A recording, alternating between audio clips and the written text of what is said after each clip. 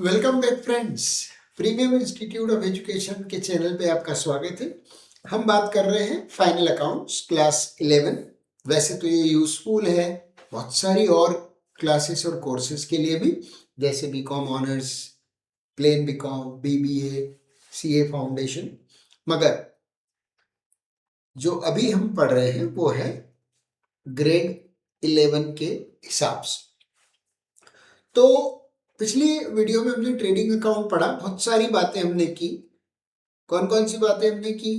Final accounts क्या होते हैं, पर्पस क्या है, कितने स्टेटमेंट्स बनते हैं, direct indirect revenue, direct indirect expenses, gross profit, net profit, right, cost of goods sold, cost of goods available for sale, और एक ट्रेडिंग अकाउंट बनाया था।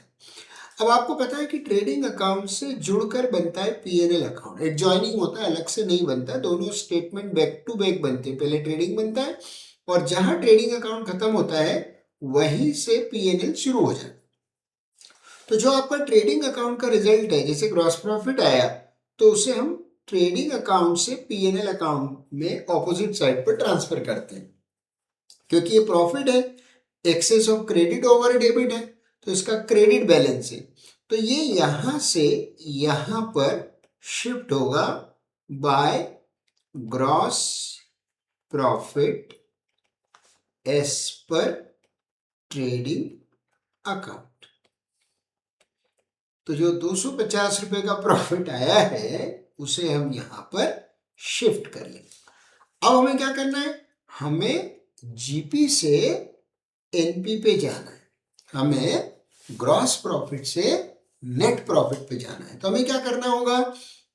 हमें हमारे सारे इनडायरेक्ट एक्सपेंसेस माइनस करना होंगे और सारे इनडायरेक्ट इनकम्स या रेवेन्यूज को ऐड करना होगा।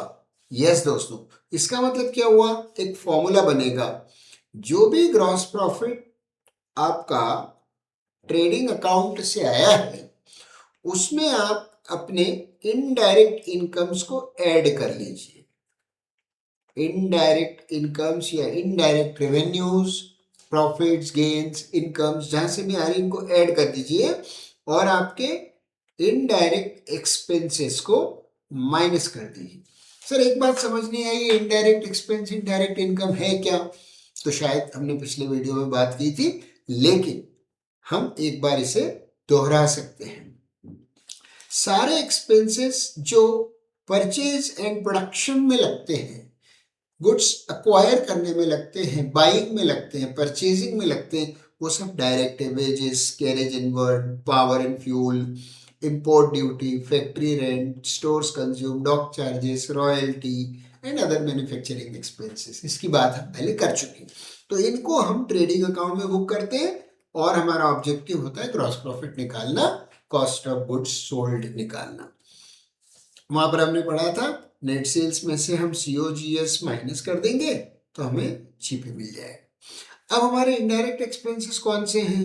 वो सारे एक्सपेंसेस जो हमको प्रोडक्शन के अलावा लग रहे हैं, मतलब आफ्टर प्रोडक्शन, आफ्टर परचेज। एक बार गुड्स एक्वायर कर लिए, गुड्स मेरी कस्टडी में आ गए, अब goods are ready for sale, तो मुझे बेचना है। बेचने के लिए मुझे जो भी खर्चा लगेगा, selling, distribution, marketing, promotion, right, general trade expenses, या जो भी और मेरे दूसरे टाइप के एक्सपेंसेस हैं, जैसे salary, carriage outward, electricity, export duty, factory rent, repair, stationery, advertising, salesman commission, telephone charges, postage, bad debts, discount allowed, depreciation, loss on sale of fixed assets, blah blah blah blah blah, वगैरह वगैरह वगैरह।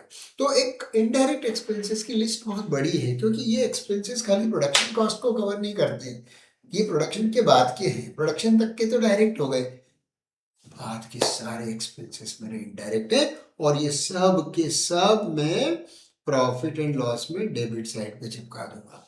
तो मैं already मेरे PNL account में gross profit लिख चुका हूं।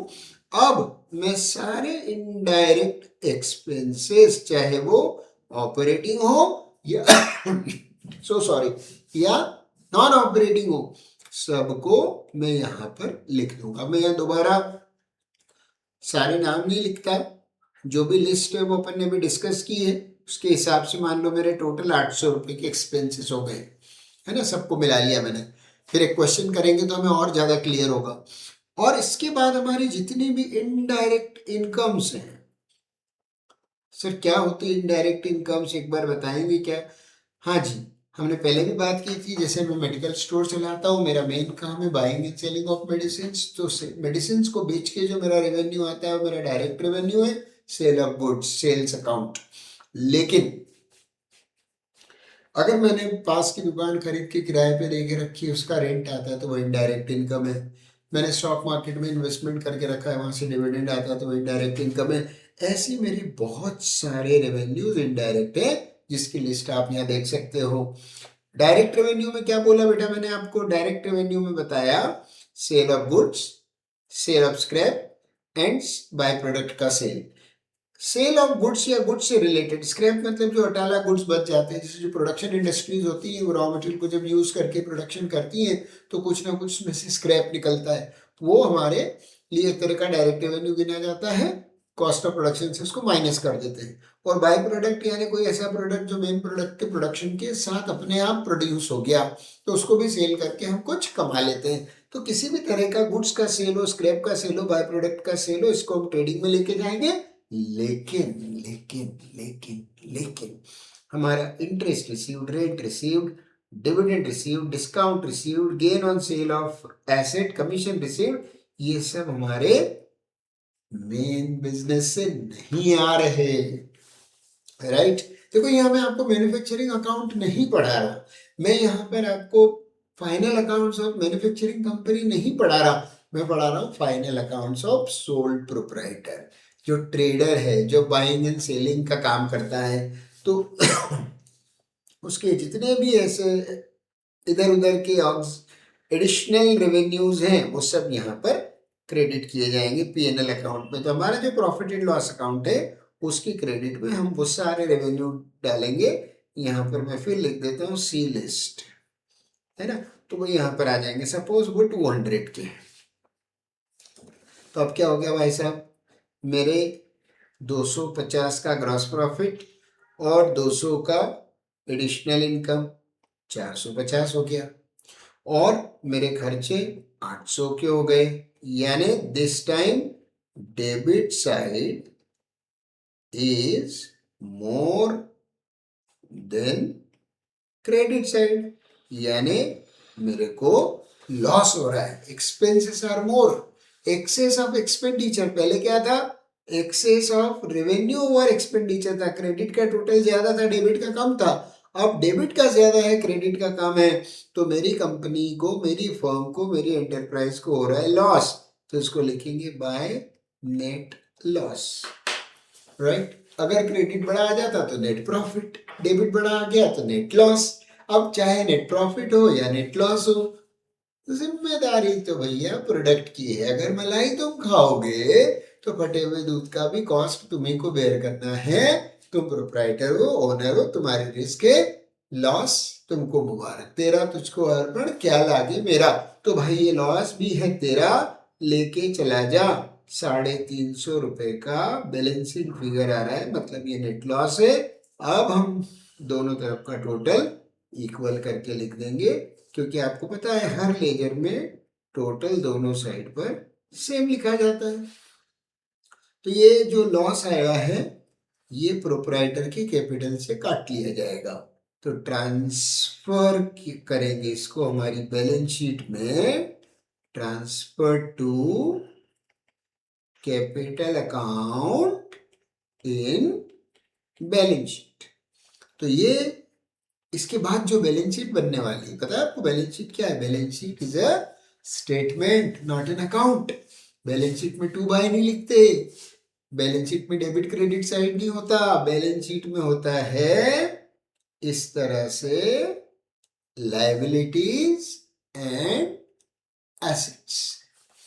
लेफ्ट हैंड साइड पे लायबिलिटीज लिखते हैं, राइट हैंड साइड पर एसेट लिखते हैं। It is a statement not an account. This is why to buy not required. मगर हम एक थोड़ा सा हायर ऑर्डर थिंकिंग करें तो ये बोल सकते हैं कि सारी लाइबिलिटीज का क्रेडिट बैलेंस होता है, इसलिए लेफ्ट हैंड साइड एक तरह से क्रेडिट साइड है और एसेट साइड डेबिट है, क्योंकि एसेट्स का और एक्सपेंसेस का डेबिट बैलेंस होता है। अब बैलेंस शीट जो है वो हमारी फाइनेंशियल पोजीशन को डिपिक्ट करेगी। हमारी बैलेंस शीट क्या बताएगी? फाइनेंशियल पोजीशन बताएगी। कैसे बताएगी? हम सारी लाइबिलिटीज बताएंगे, जैसे इंटरनल लाइबिलिटी, सबसे पहले ओनर्स इक्विटी, है ना। आपको पता होगा कि बैलेंस शीट बनाने में दो तरह के ऑर्डर फॉलो किए जाते हैं, एक होता है ऑर्डर ऑफ परमानेंस और एक होता है order of liquidity. Order of permanence में हम क्या करते हैं, जो हमारी लॉन्ग टर्म लाइबिलिटीज हैं उनको पहले लिखते हैं और शॉर्ट टर्म लाइबिलिटीज को बाद में, नॉन करंट लाइबिलिटी फिर करंट लाइबिलिटी। और इधर एसेट साइड पर नॉन करंट एसेट्स और करंट एसेट्स, ये हमारा बंटवारा उसका रहता है। ये ऑर्डर ऑफ परमानेंस में। ऑर्डर ऑफ लिक्विडिटी में क्या है, उल्टा कर देते हैं, current liability non current liability, current asset non current asset. तो ये दो तरीके हैं बैलेंस शीट में एसेट लायबिलिटी को लिखने के। कौन कौन से? एक इन द ऑर्डर ऑफ परमानेंस और दूसरा in the order of liquidity. Permanence का मतलब है long term to short term चलो और लिक्विडिटी का मतलब है short term to long term चलो, है ना। तो हाल फिलहाल हम पहले तो बैलेंस शीट का स्ट्रक्चर देख रहे हैं, फॉर्मेट देख रहे हैं। उसके बाद जब हम क्वेश्चन सॉल्व करेंगे तो उसमें बहुत अच्छे से इन चीजों को हम डिस्कस कर लेंगे। देखो, तो यहाँ पर सबसे पहले मैंने लिखा ओनर्स इक्विटी कैपिटल। अगर पर्सनल यूज के लिए कुछ पैसा निकाला है ड्राइंग, तो ऑब्वियसली तुम्हारी कैपिटल कम हो जाएगी। तुम ऑलरेडी अकाउंटिंग इक्वेशन में पढ़ चुके होगे। क्लोजिंग कैपिटल निकालना है तो opening capital minus drawing plus profit, और अगर कोई एडिशनल कैपिटल वगैरह है तो उसका भी एडजस्टमेंट होगा। क्योंकि ये बेसिक बैलेंस शीट है तो मैं यहाँ पर ज्यादा वो सारी चीजें नहीं ले रहा, लेकिन विद एडजस्टमेंट में मैं एडिशनल कैपिटल की भी बात करूंगा, इंटरेस्ट ऑन कैपिटल की भी बात करूंगा, इंटरेस्ट ऑन ड्रॉइंग्स की भी बात करूंगा। तो मैंने लिखा capital plus capital minus drawings plus net profit. अब यह ध्यान देना कि प्रॉफिट हो तो ऐड करना, अगर नेट लॉस हो तो माइनस करना। तो देखो, मैंने इस क्वेश्चन में जो मैंने अभी सॉल्व किया वहां नेट लॉस था, तो नेट लॉस सब्ट्रैक्ट हो जाएगा, प्रॉफिट होता तो ऐड हो जाता। अब इन तीनों का जो आंसर आएगा वो हो जाएगी हमारी क्लोजिंग कैपिटल। क्या फॉर्मूला लगा? Capital at the beginning minus drawing plus minus net profit या net loss is capital at the end of the year. फिर हमारी और दूसरी जो एक्सटर्नल लाइबिलिटीज है, जैसे loan, loan from bank, loan from any individual, bank overdraft, sundry creditors, outstanding expenses, service ले ली पैसे नहीं दिए, अनअर्न्ड इनकम, राइट, सर्विस नहीं दी फिर भी पैसे ले लिए, ये हमारी लाइबिलिटीज हैं। एसेट्स में क्या लिखेंगे हम? एसेट्स में लिखेंगे land and building, plant and machinery. क्योंकि इस स्टेज तक आते आते मुझे लगता है कि 11th क्लास के बच्चे को एसेट लाइबिलिटी रेवेन्यू एक्सपेंस का डिस्टिंक्शन तो आता ही होगा। Office furniture, vehicle, sundry debtor, closing stock, prepaid expenses, accrued income, cash in bank, है ना। ये मैंने जो बनाया ये ऑर्डर ऑफ परमानेंस के हिसाब से बनाया है। मैंने इसमें लॉन्ग टर्म को पहले लिया, शॉर्ट टर्म को बाद में लिया। देखो, कैश को सबसे आखिरी में रखा, लैंडिंग बिल्डिंग को सबसे टॉप पे रखा, कैपिटल को सबसे ऊपर रखा, अनअर्न्ड इनकम को सबसे नीचे रखा। ये लॉन्ग टर्म है, ये शॉर्ट टर्म है, ये लॉन्ग टर्म है, ये शॉर्ट टर्म है ना। तो ये बैलेंस शीट का एक जादू होता है कि दोनों तरफ का टोटल उसका सेम आना चाहिए। अगर आपकी बैलेंस शीट का दोनों साइड पर टोटल इक्वल आ गया, इसका मतलब आपने फर्स्ट क्लास अच्छा सॉल्व किया क्वेश्चन को, अनलेस कि आपने कोई कॉम्पनसेटिंग एरर नहीं करी हो। तो बेटा अगले वीडियो में हम बात करेंगे एक सवाल की, पूरा एक सवाल उठाएंगे, सवाल की मदद से हम इस पूरे चैप्टर को समझेंगे, प्रैक्टिस करेंगे। तो तीसरे वीडियो में फाइनल अकाउंट्स विदाउट एडजस्टमेंट खत्म हो जाएगा और हम विद एडजस्टमेंट स्टार्ट कर देंगे। Have a nice time.